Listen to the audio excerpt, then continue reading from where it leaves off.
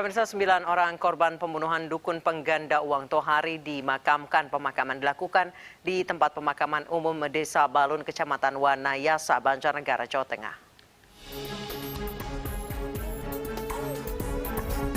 9 korban pembunuhan dukun pengganda uang Tohari dimakamkan di tempat pemakaman umum Desa Balun, Kecamatan Wanayasa di Banjarnegara, Jawa Tengah.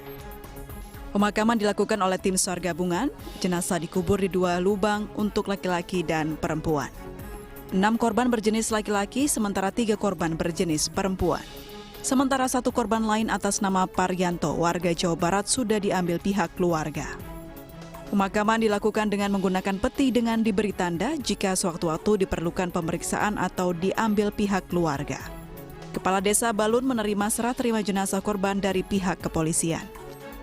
Itu memang yang belum teridentifikasi ya, asal dan namanya Pak ya. Ya. Ini dimakamkan di area TPU pemakaman Desa Balun. TPU pemakaman Desa Balun. Berarti untuk korban yang pertama kali ditemukan sudah diambil? Dibawa sama keluarganya. Memang sudah dibawa ya.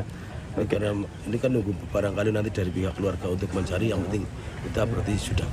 Yang penting ininya posisinya jelas itu. Proses pencarian korban akan dilanjutkan bersamaan dengan pemeriksaan pelaku. Dari Banjarnegara, Jawa Tengah, Elis Novit, iNews melaporkan. Nah, pemirsa, kita langsung bergabung dengan rekan Elis Novit yang berada di Posko DVI Polres Banjarnegara. Elis, berapa banyak saat ini korban yang sudah teridentifikasi?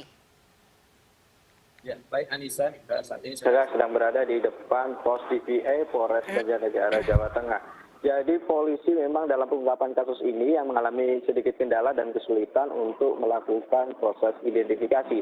Dengan pendirian pos DVI antemortem ini diharapkan para keluarga atau anggota keluarga masyarakat yang merasa kehilangan anggota keluarganya dan ada riwayat kontak dengan pelaku dukun Tohari ini bisa langsung menghubungi atau datang langsung ke kantor pos DVI Polres Banjarnegara. Hingga sore ini dari berdasarkan pantauan kami dan laporan dari pihak kepolisian sudah ada 3 nama yang sudah berhasil diidentifikasi. Yang pertama adalah Paryanto, warga Sukabumi, Jawa Barat, yang memang kemarin sudah diambil oleh pihak keluarga, dan 2 lagi ini adalah yang baru saja ditemukan, yaitu atas nama Irsyad dan Wahyu. Ini merupakan pasangan suami istri yang ditemukan ditimbun dalam 1 lubang oleh dukun Tohari, Anissa. Baik, hingga tadi malam kami sempat berbincang dengan Kapolres Banjarnegara yang menyebutkan bahwa pelaku sendiri tidak ingat siapa nama-nama korbannya. Sejauh ini apakah keterangan pelaku masih sama atau berubah lagi? Ya, betul Anissa, memang pelaku ini memiliki tipikal memberikan keterangan yang berubah-ubah, sehingga memang jumlah korban pun saat penemuan jumlah korban dari yang pertama hingga sampai saat ini tercatat 12 korban, pelaku memberikan keterangan yang berubah. Saat interogasi ataupun pemeriksaan baru satu persatu mengaku dan menunjukkan lokasi korban di mana ditimbun.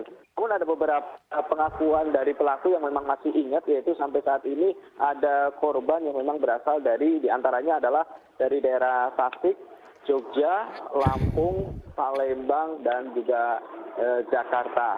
Nah, itu yang disampaikan atau merupakan pengakuan dari pelaku yang sampai saat ini disampaikan kepada pihak kepolisian. Namun meski demikian, pihak kepolisian masih terus melakukan pengembangan dan upaya untuk melakukan pemeriksaan. Dimungkinkan masih ada jumlah korban yang lain yang belum diketemukan.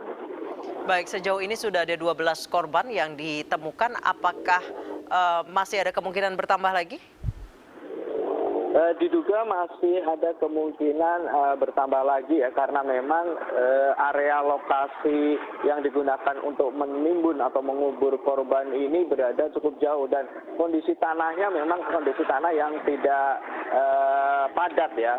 Jadi namun meski demikian polisi masih terus melakukan pendalaman dan juga penyisiran di area lokasi yang menjadi tempat penguburan 12 mayat ataupun jenazah korban dari Tohari tersebut. Elis, tadi Anda menyebutkan masih ada 7 yang belum teridentifikasi. Apakah pelaku ini bisa mengatakan di mana ia membuang data pribadi atau barang-barang milik korban? Ya, baik Anissa, jadi memang pelaku sudah memiliki rencana untuk agar tidak bisa terdeteksi ataupun tidak meninggalkan jejak.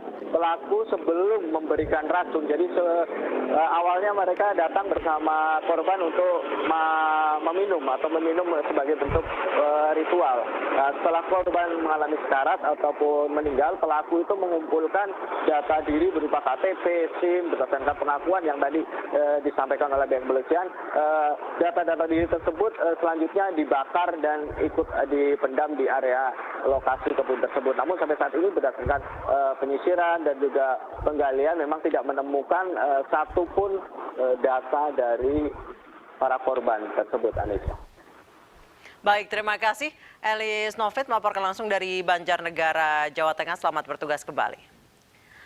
Sementara itu, polisi kembali menemukan 2 jenazah korban dukun pengganda uang Slamet Tohari, sehingga total korban saat ini mencapai 12 orang. Saat menjalankan aksinya, tersangka mengajak korban ke lahan perbukitan untuk melakukan ritual dan menyuguhkan minuman yang telah dicampur racun. Korban tewas pembunuh berantai Slamet Tohari alias Mbah Slamet bertambah.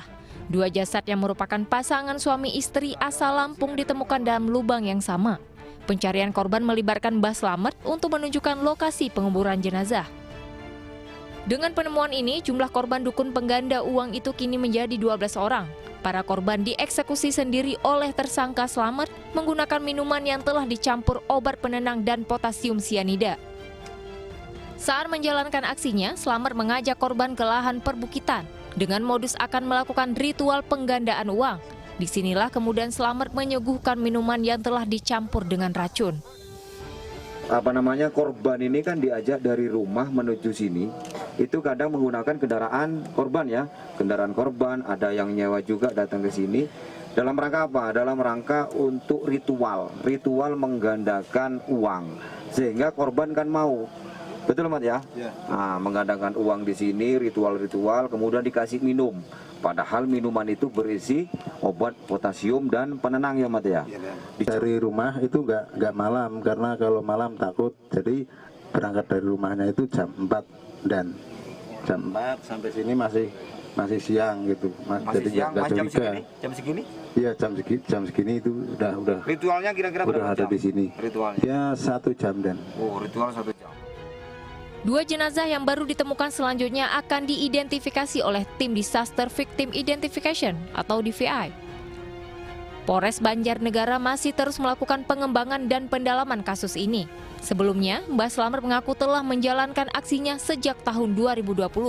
Dari Banjarnegara, Jawa Tengah, Elis Novit, Ainus melaporkan.